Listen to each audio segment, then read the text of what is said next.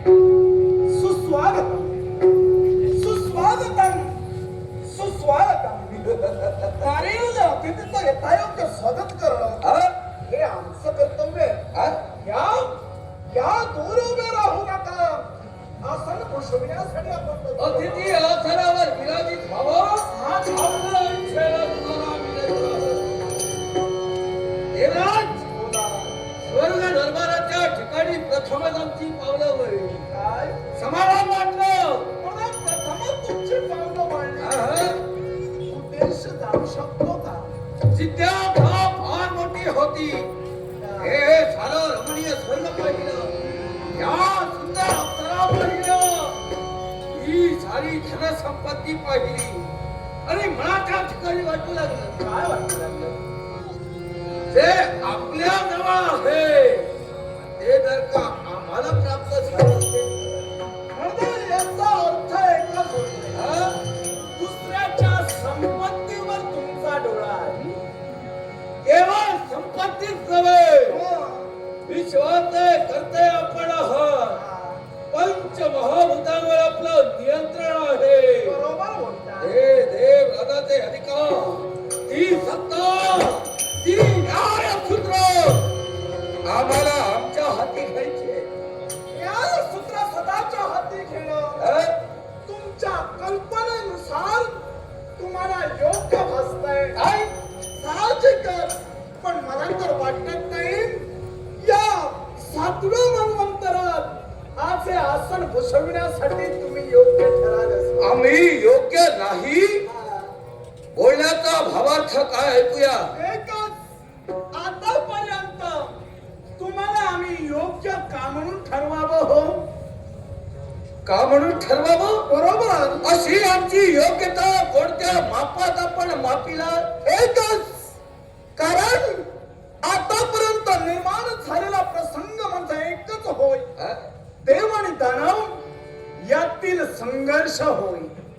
खरंय ना? संघर्ष आम्हाला माहिती आहे, पण हा हेतू तुमच्या नजरेसमोर असते वेळी ज्याप्रमाणे मागील इतिहास घडला गेला त्याच इतिहासाप्रमाणे याही प्रसंगी तुम्ही हाच लोभ मनात का धरावा? देवराज, प्रश्न माझा साधा आणि सरळ आहे. असा कुठला? आपण म्हणालात आम्ही या इंद्र पदासाठी योग्य नाही, बरोबर. मग आपण या इंद्र पदावर बसलो, आपली योग्यता या पदावर बसण्याजोगी झाली तरी कशी? कशी म्हणली? याला कारण आहे तर कशी झाली मग कशी झाली हा आम्हाला जाणून घ्यायचंय. हे इंद्रपद आहे. हे इंद्रपद भूषविण्यासाठी हा पुरंदर तत्पर झाला.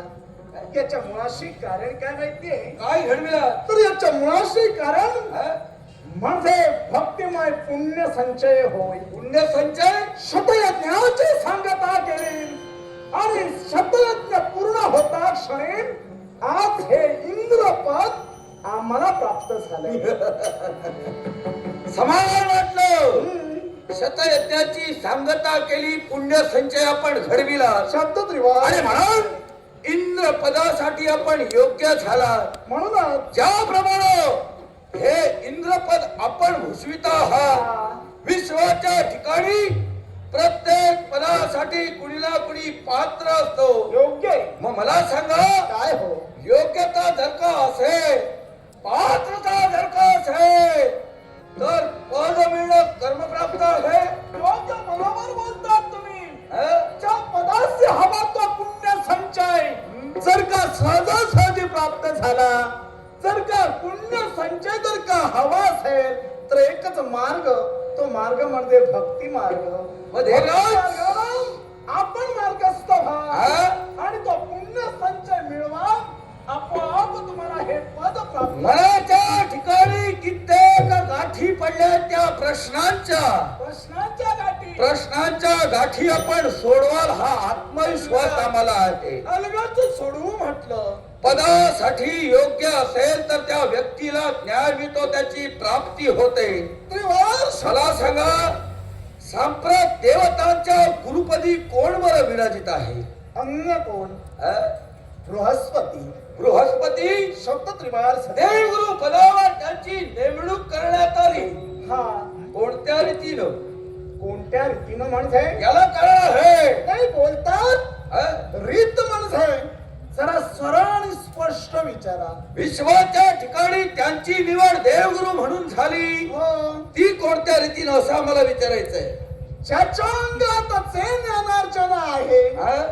आणि ते ज्ञानार्जन वक्तव्य केल्यानंतर सिद्ध केल्यानंतर त्यांची देवगुरु बनण्याची पात्रता असेल त्यांनाच देवगुरु ठरविले जातील अशा प्रकारची स्पर्धा त्या क्षणी लागली गेली होती आणि त्या ठिकाणी देवगुरु बनण्याच्या योग्यतेचे ठरले ते बृहस्पती होय प्रतिस्पर्धी एकच होता का होय काय होता मला सांगा बोला भृगुपुत्र उषण हे या स्पर्धेच्या ठिकाणी येण्याची त्यांची इच्छा होती आले होते माणूस देवगुरु बनण्याचा मानस त्यांचा होता बरोबर विश्व कल्याण करण्याची पुण्यमय भावना त्यांच्या मनाच्या ठिकाणी होती हा.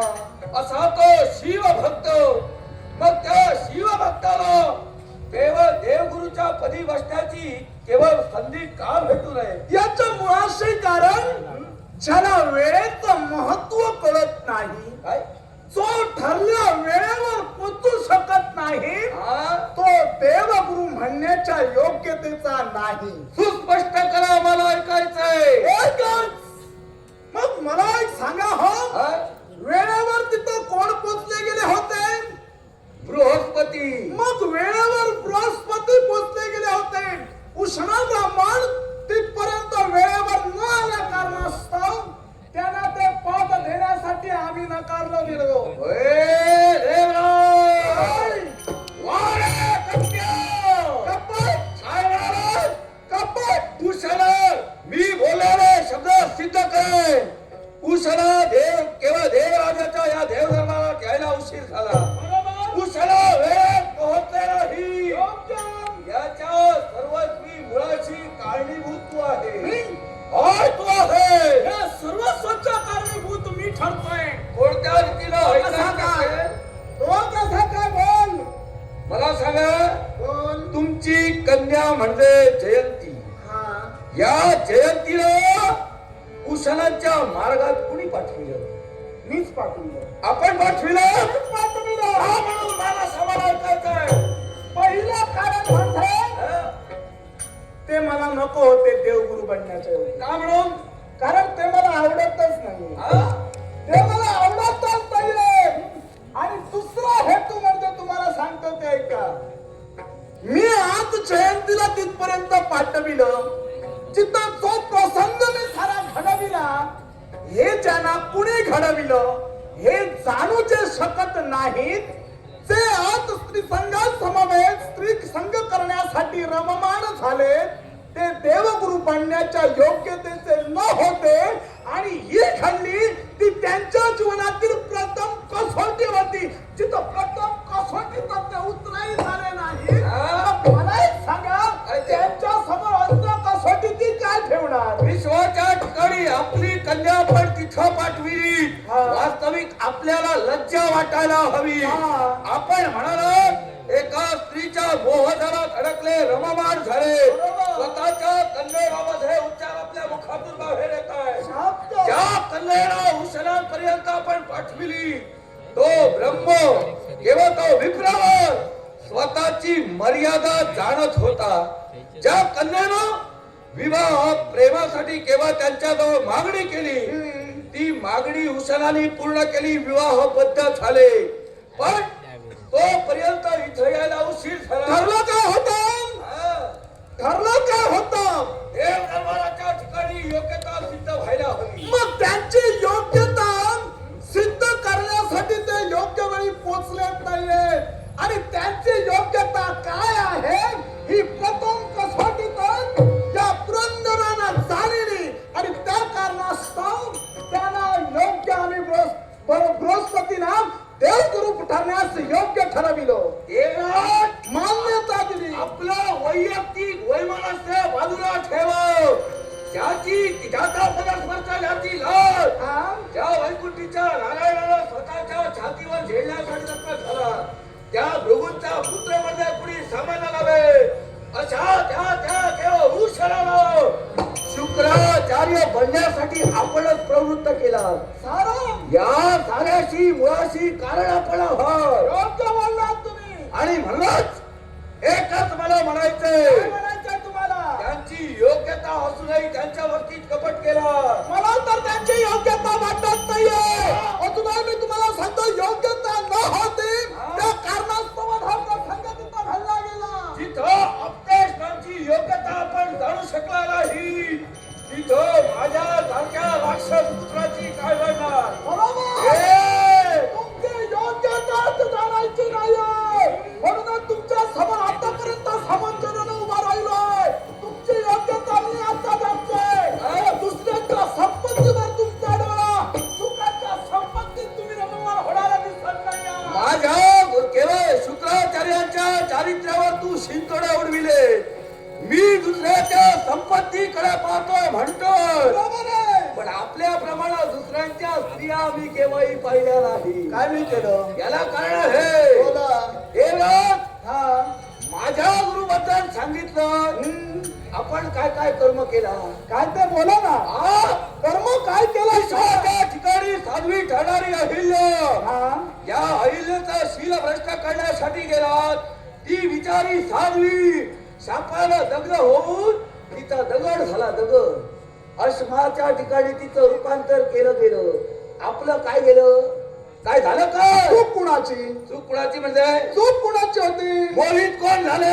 मोहित नव्हे. प्रथम मला एक सांगा, ही चूक कुणाची होती? चूक सांगत आम्ही आपलीच मानतोय. आमची होती. मग अहिल्या कन्या कुणाची? कन्या कुणाची? हा. तिचं लालन पालन कुणी केलं असा प्रश्न विचारायचा आहे का? नाही नाही, ही कन्या कुणाची? तर ती ब्रह्मदेवांची होय. चतुराननाची. मग त्यांचं लालन पालन कुणी केलं? गौतम महामुनी. बरोबर. मग पर्याय ना, गौतम महामुनी कोण ठरतात? केवळ ठरतात. मला एक सांगा, तापाला त्याच्या समाज श्रीसंग करण्याचा अधिकार का पोचतोय आणि कसा पोचतोय? आपले पिताश्री कश्यप महामुनी, बरोबर. त्यांचे मरीची, त्यांचे ब्रह्मदेव चतुरानंद स्वतःच्या कन्यावर म्हणजे सरस्वतीवर मोहित झाले. पत्नी म्हणून तिला आपल्या समवेत ठेवू शकतात. गौतम महामुनींनी तर विवाह करून ठेवले. काय चुकलं? म्हणजे पित्याने आपल्या कन्याला ठेवावे, हा आदर्श याच्या पुढे घालून द्यावा. जन्म गौतमाने दिला नको. मला नको नाही. कर्माचा बाप ठरतोय. तुम्ही ऐकून घ्या, कर्माचा बापही ठरतोय. तुम्ही एवढंही जरा लक्षात ठेवा. मग कर्माचा बाप ठरत असल्या कारणास्तव नातं तिथं जोडलं गेलं आणि ते नातं मला मान्य नव्हतं. नातं त्यांचं जोडलं गेलं, ते विवाह बंधनात अडकले. आपल्याला हरकती करण्याची गरज काय? तिच्या सौंदर्यावर आपल्याला मोहित होण्याची गरज काय? त्याच्यामुळे संयम आपला सुटला ते मान्य करा. नाही नाही, आमचं चुकलं नाहीये. त्यांनी सुरुवात केली, आम्ही त्याला सूत जोडलं. यात वावगं आमचं म्हणू नका. त्यांनी सुरुवात केली नसती तर आम्ही असे वागलोच नसतो. विश्वाच्या ठिकाणी पवित्र बंधनात अडकून ते जगाला सर्वमान्य होईल अशी कृती गौतमाने घडविली. आपण केला तो व्यभिचार ठरला, अधर्म ठरला गेलाय. आणि जरा विचार तुमच्या मताने असला असेल तर तो आमच्या कल्पनेने आम्हाला पटत नाहीये. त्या कारणास्तव आम्ही तर का व्यभिचारी आहोत. व्यभिचारी आहोत. पण सामोच्चारण आमच्या समोर काय आला मांडणी करायला. देवता तर का वैमनस्य देवता तर का अविचारी आहे. पण त्यांच्या समावेत सामोच्चारण मांडणी करायला तुम्ही काय आलात? विश्वाच्या ठिकाणी आपण देव असलात म्हणून काय झालं? माझा कैलासीचा तामसी देव देखील मला पूज्य आहे. प्रथमतः गोड वाढीला जर का कार्य होत असेल, शस्त्र हाती घेण्याची गरज नसते. त्याला मी मान्य करतोय. ज्या तुम्ही आज संपत्तीच्या हव्य स्थानात स्वर्ग साम्राज्यावर अधिपत्य गाजविण्यासाठी तुम्ही आलात. माझ्याहीपेक्षा श्रेष्ठ देव म्हणजे ते 3 देव आहेत. त्यांची जर का संमती असेल आणि त्यांच्या मान्यतेप्रमाणे तुम्हाला जर का राजसिंहासनावर बसवावं, हा जर का त्यांचा उद्देश असेल ना, चलो राजसिंहासन सोडायला मी तयार आहे. देवतांचा आदेश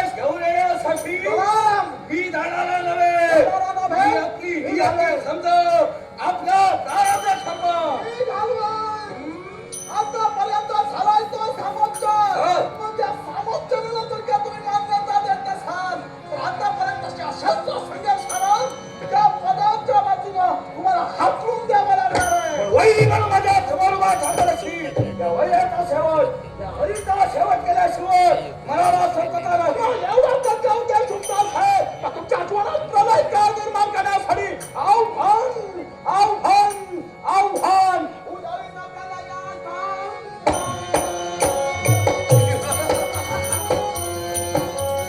उजाळी नव्याला या काम.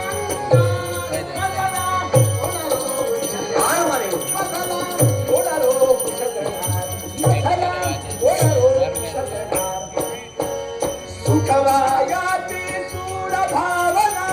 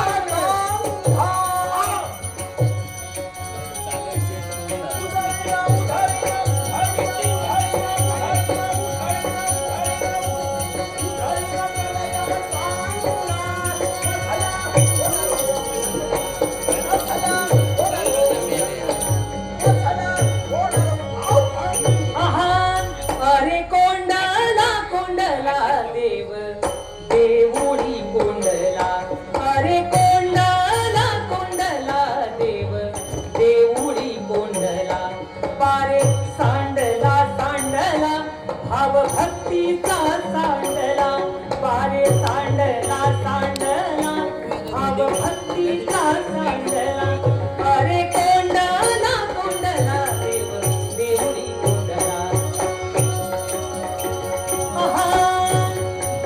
भक्तांसाठी केला उभा हा संसार भंडाराचे दार तुझ्या हाती नरा दिले करणी देवाची माया जोडण्याची भक्ती